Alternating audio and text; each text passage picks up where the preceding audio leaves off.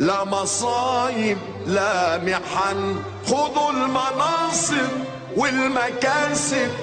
لكن خلوا للوطن. خذوا المناصب والمكاسب. السلام عليكم صحابتي خالقة كسو دوادا ورئيسيga siyaasiga oo aan maanta ku wareysanayno siyaasiga caanka maxaa iga galay kusoo dhawow barnaamijka oo ku mahadsan tahay waa ku dhawahay maxaa iga galay su'aasha ugu horeyso haddii aan ku weydiiyo waxay u dhacaysaa sida tan mar walba waxaa tahay nin dowladda dhaliila oo ku tilmaama dowladda in aysan waxba qabanin maxaa u diidan tahay in ay dowladdu qabato waxyaalo badan oo hadda dadkaba indhahoodu ay macallin u yihiin oo ay arkaan oo adigana aad ku dhaliilaysaa waxaan kuu sheegaa dowladdan wax ay qabato ma lahan wax ay samayso ma lahan kaliya dadkay caburisaa anagu siyaasiyiinta caanka hadda aan nahay oo u tartamaysa 2021 dalka waa in aan ka bedelnaa sida haatan ay ku jirto wax macquulna ma aha waa wax laga yaqyaqsado dowladdan hadda sida xalkay ku socoto waa wax ma la yacni ah anagu qabaa'ilaan ku soconaa qabaa'ilaana soo doortay qabaa'iladeenu maadaama anagu waxba aanan u qaban laakiin anagu danteena gaarka aan ku fushano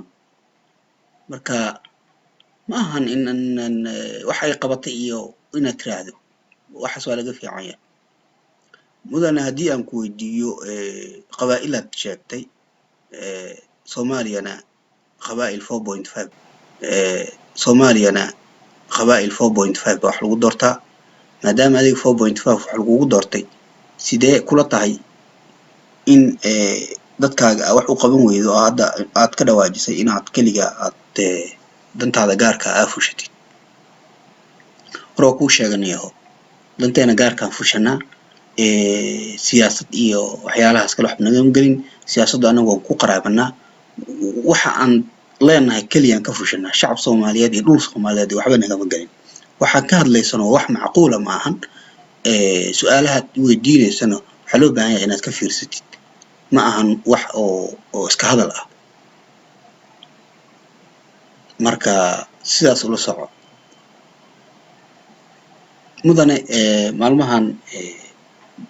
waxaa la sheegay in dowladda Kenya ay badii ay arinteedii rabto in dib loo dhigo hadda ka horna idinku aad saxiixdeen maxay sidee kula gudboon tahay hadda arintan ka soo yeertay Kenya ayadoo u aaneynaysa dhaqaale darri soo wajahday ayadoo dhaqaalaheedii ku bixisay xagga COVID-19 oo haddana loo baahan yahay in ay dhaqaale u hesho maxkamadda ahayd waxaas wax macquul ma Kenya sida ay rabtaa loo yeelaya anagu waxba nagama gelin bad iyo waa inaan 50-50 u qaybsanaa badan iyo waxaan anigu haddaan 2022 aan madax dalka ka noqdo Kenya waa kala qaybsanaynaa maxaa inaga galay shacab Soomaaliyeed wax anagu danteena qaas ka wadana teena gaarka inaan fiirsano waxaas wax suuragal ma ahan oo waa in Kenya loo yeelaa sida ay rabto waxaana leeyahay dowladdu hadda gacanta ku haysa dalka inay ka waatowdo wadaniin bay isku sheegayaan wax ay wadaniinka ogiin ma laha danahooda qaaskii hoosta ka wata taasina wax suuragalaya ma aha waxa way inay u yeeshaa waa Kenya sida ay rabto dowladda naga xoog badan waay dowladda naga xoog badanna ma doonayno in anagu faraha la galno okay mudane aad baan u mahadsan tahay waxaana leeyahay asxaabtayda khaaliga barnaamijkeena maanta halkaas aan soo koobaya waana u jeedaan sida ay ku hadlayaan siyaasiyiinta qaar qabiil wax ma taro qaran ayaa wax tara waa in aan ka tashanaa siyaasiyiinta qaarkood sida noocan oo kale u hadlaya السلام عليكم ورحمة الله وبركاته.